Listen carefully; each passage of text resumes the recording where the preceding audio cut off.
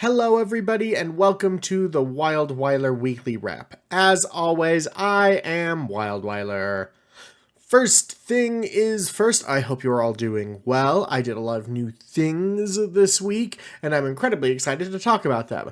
I played like 20 hours of Starfield, and I'm loving it. Like, I am McDonald's level of loving it. It has all the parts of a Bethesda game that I like if that game isn't Dishonored, because it's not Dishonored. And namely, like, just a bunch of NPCs, housing, supply chain management.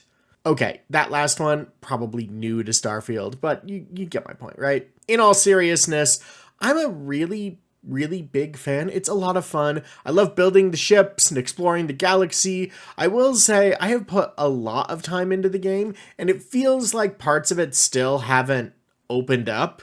Yeah, a lot of the gameplay is hidden behind very high level skills, and that's going to be frustrating to people with not a lot of time to invest in the game. That is, I guess, what mods are somewhat for, but it is somewhat annoying that it's like, man, I am 20 hours into this and I'm having a blast, but if you don't have 20 hours to invest, so much of the cool stuff is just skill locked really far down their respective trees. And like Skyrim, there's a lot of trees, so it could be difficult for people with not a lot of time, and there might be some valid criticism there. A funny anecdote that I have is, you know how in Skyrim people come running up to you with all of their problems because you are the Dragonborn, the hero of the land. And that makes sense in a fantasy setting that people would seek out the folk hero to solve their problems for them. The same thing happens in Starfield, but you are thoroughly a nobody in Starfield. So you'll be like in the space mall and somebody's having a hard time returning a cardigan that they bought at TJ Maxx, and they'll be like, that person won't let me return a cardigan. And then in your like little quest journal, it's like, talk to so-and-so about returns at TJ Maxx. And you're like, this is so none of my business. And obviously I'm being a little like satirical there, but sometimes the quests are really like that day to day in somebody's life, and you're like, this isn't my business. I'm not going to talk to somebody sitting outside of a TJ Maxx that's upset that they can't return a cardigan. Starfield is certainly very fun for a certain type of person, and that person is me. I got it through Game Pass, but you can buy it literally anywhere quality and poor quality games are sold. This week I also started watching the live action One Piece. I finally learned what One Piece means, and it's because I guess all the treasure is in one piece. Which I guess is kind of how you want treasure, because you don't want it broken. Like, that would be bad if the treasure was broken. Anyways, it starts out really strong. As far as live action adaptations of mangas go, it's pretty strong. The style book is basically Willy Wonka's acid nightmare. So nothing makes sense. You're going to see a wild variety of sort of time periods and technologies on screen, especially with like ship design, which is driving me personally a little crazy, but I'll get over it. I'll get over it. Okay. On that front, there are a lot of things that aren't translating from a manga well. So my understanding of One Piece is that it has a lot of larger than life sort of themed characters, and everybody in One Piece just feels insane. Like, it's not super translated very well, but it's okay. Like, the first two episodes are really strong. Unfortunately, we get to episode 3, and episodes 3 and 4 are really weak. Like, they have 8 episodes to convince me that watching another season of this is going to be worth my time, and episodes 3 and 4 are a disaster on that front. Just a total disaster. And I'm a little worried because here's the deal. I didn't ever get into One Piece. I can't sit through 1,000 some odd episodes of an anime. And even one of those like quick version sort of watch through playlists like is not going to get me through 1,000 episodes in an amount of time that, you know, I'm going to be super happy with. So, okay, you know, like, Whatever. So I'm a little worried because I did find it very charming and I got way into it, and now it's just going sideways. I will say this, the lead actor, the person who plays Monkey D. Luffy, is great. He is a phenomenal actor. He's got charisma coming out of his butt. I forgot to look up his name before writing the script, so I apologize. But, oh my gosh, he holds the show. He got the assignment. I have no idea who this Luffy character is because this is my first piece of One Piece media. But out of all the actors, he got the assignment. Like, he is there to have fun and just to be charismatic and charming, and it is wonderful. And I truly love it. Like, that part is amazing. So we'll see where the rest of the season goes. Finally, I lost my virginity this week. Not my, like, virginity for virgin stuff, but my Rocky Horror Picture Show virginity, in that I went to a midnight showing of the Rocky Horror Picture Show at the local discount theater.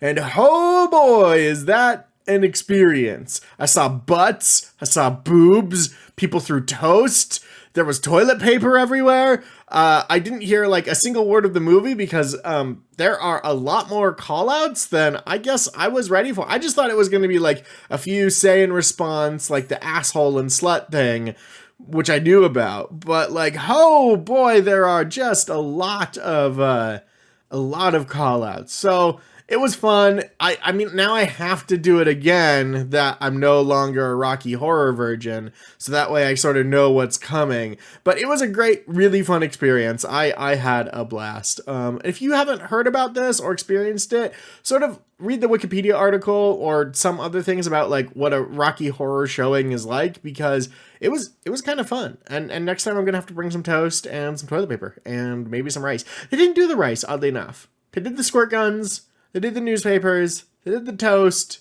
but no rice. And I wonder if that's just because like the rice is really hard to clean up. For those of you that don't know, like all of these props that I'm mentioning, the audience like throws or uses at certain times in the film when things happen. It's not really important.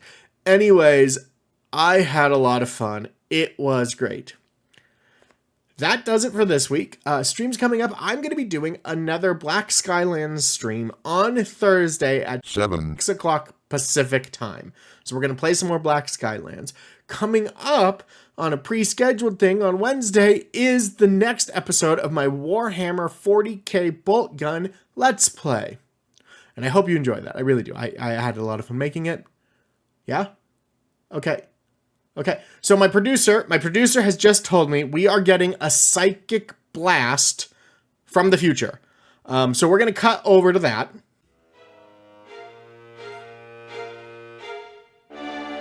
It is I, WildWeiler, Dog Emperor of Fur Kind. This psychic blast is coming to you from the 43rd millennium. I have taken control of the Golden Throne by confining the previous occupant to a containment vessel that we no longer have the technology to reproduce. Namely, a 13-gallon lavender-scented Glad Force flex bag. He was molding, and it seemed like the best option we had. I have made several changes throughout the Imperium, which I will be psychically blasting back in time to keep you all updated every now and then. All you need to know right now is the following. I have altered the gene seed, so all new Adeptus Astartes are now given anthropomorphic forms of their choice upon beginning of the transformation. Also, I worked up that bug that caused everybody's downstairs to stop working, and that's all sorted out. It works fine now, trust me. Finally, I have been made aware by my archivists that 41 millennia ago, I may have said some things that were factually incorrect about the Imperium.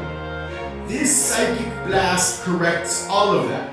Not by changing my words, but by altering the universe of the 43rd millennia itself to make all such statements true. Until my next psychic blast, have a wonderful day.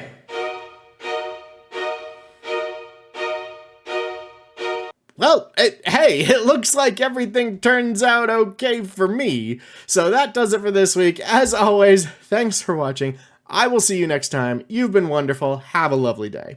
Bye-bye.